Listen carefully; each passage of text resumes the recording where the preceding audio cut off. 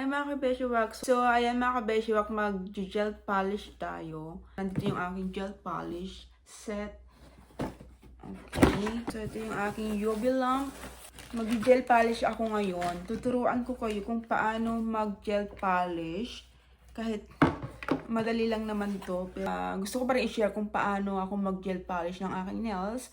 So, una, nilinisan ko na yung aking nails. As you can see, malinis na yan. Hindi ko siya masyadong kinudkod. Tinanggal ko lang yung mga konting dry skin, ganon. So, una, kapag mag-gel polish kayo mga kaibigan, so kapag mag-gel polish kayo, kailangan nyo ng top coat and base coat. So, ayan.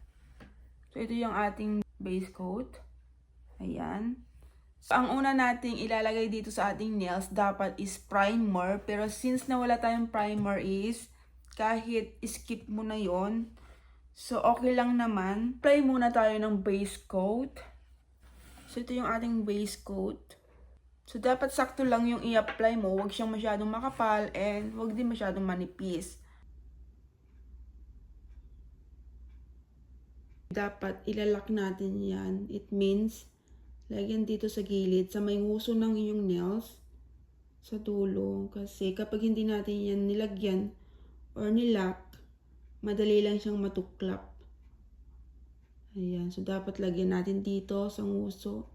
Huwag kalimutan. Ayan.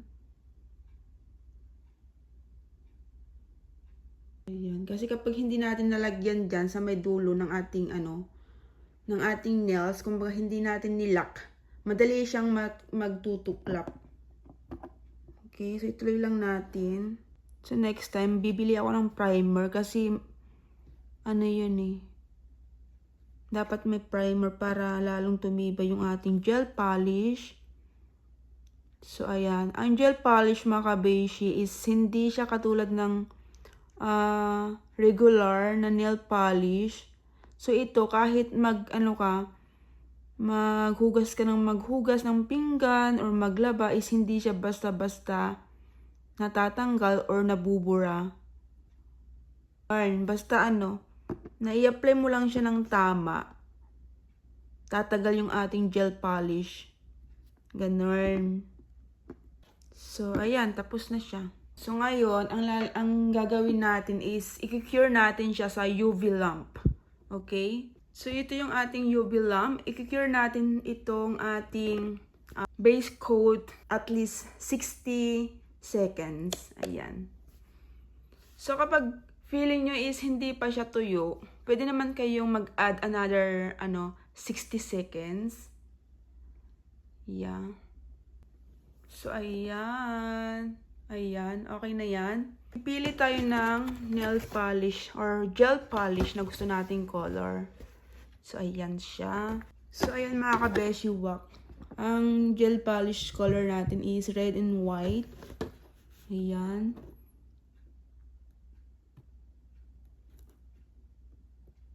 Dahil Christmas na. Char.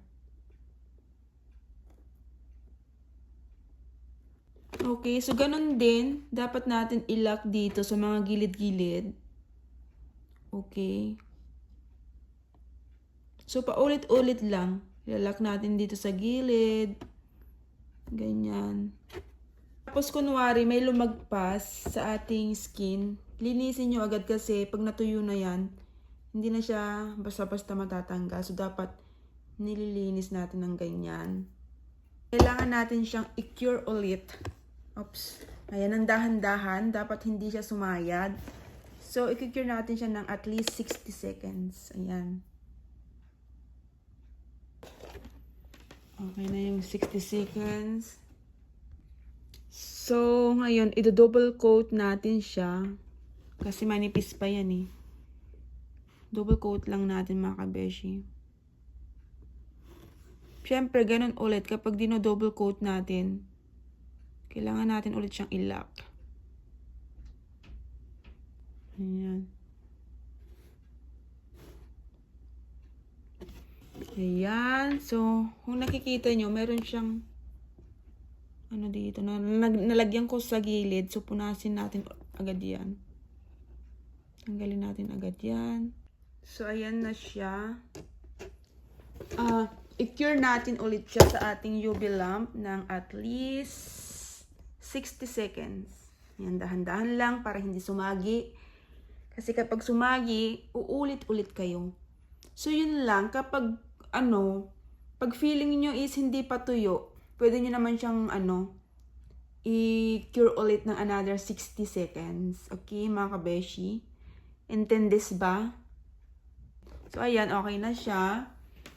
So, ayan, double coat lang natin yan. So, next, maglalagay na tayo ng top coat. Ayan. So, ayan yung ating top coat.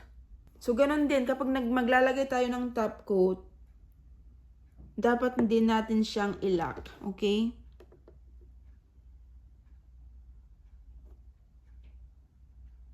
Ito yung ating final coat.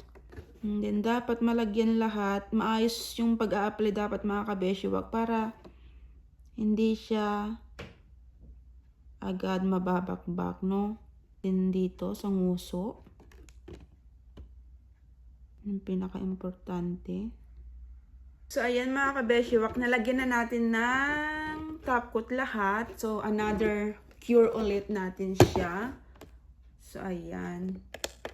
So, yung top coat, kailangan natin siyang i-cure ng 60 seconds para ma-sure na tuyo siya. Dahil final na po ito, no? Okay, antay-antay lang tayo. So, ayan na mga kabeshi. Tapos na po yung ating kabilang kamay. Ayan. Naka-top coat na yan. So, ayan o. Hindi kayo sure kung tuyo na ba or hindi. Pwede nyo naman siyang haplusin ng ganyan. And then kapag medyo yung kanyang texture is malagkit, it means hindi pa siya na-cure. So, pwede nyo siya ulit i-cure another 60 seconds. Yan, ganun lang. So, ngayon naman gagawin ko yung aking kabilang kamay. Ayan mga kabeshiwag, ayan na po yung final look ng aking nails. So, yung sa kabila, pinatungan ko siya ng silver dito, itong dalawang ito. Gusto kong may kumikinang-kinang dyan sa aking nails. And ito naman is white lang siya, hindi ko na siya pinatungan. So, ayan. Ayan na yung aking kuko. Bakit ng aking kamay? Ayan. So, nilagyan natin ng cuticle oil. Bago pala natin lagyan ng, ng base coat, is kailangan natin siyang i-buff para makinis siyang tignan. Kasi kapag hindi siya, kunwari may mga bukol-bukol dyan, tapos nalagyan natin ng base coat, makikita mo yun na may bubukol. Kaya dapat i-buff natin siya para maging makinis yung kuko. Then for example, kapag nalagyan nyo na siya ng base coat, tapos may nakita kayong bukol after curing, pwede nyo siyang i-buff dahan-dahan para matanggal lang yung bukol and then mag-re-apply ulit kayo ng base coat. Ganon. So, yun, mga kabeshiwag. So, yan po yung ating nails. Diba?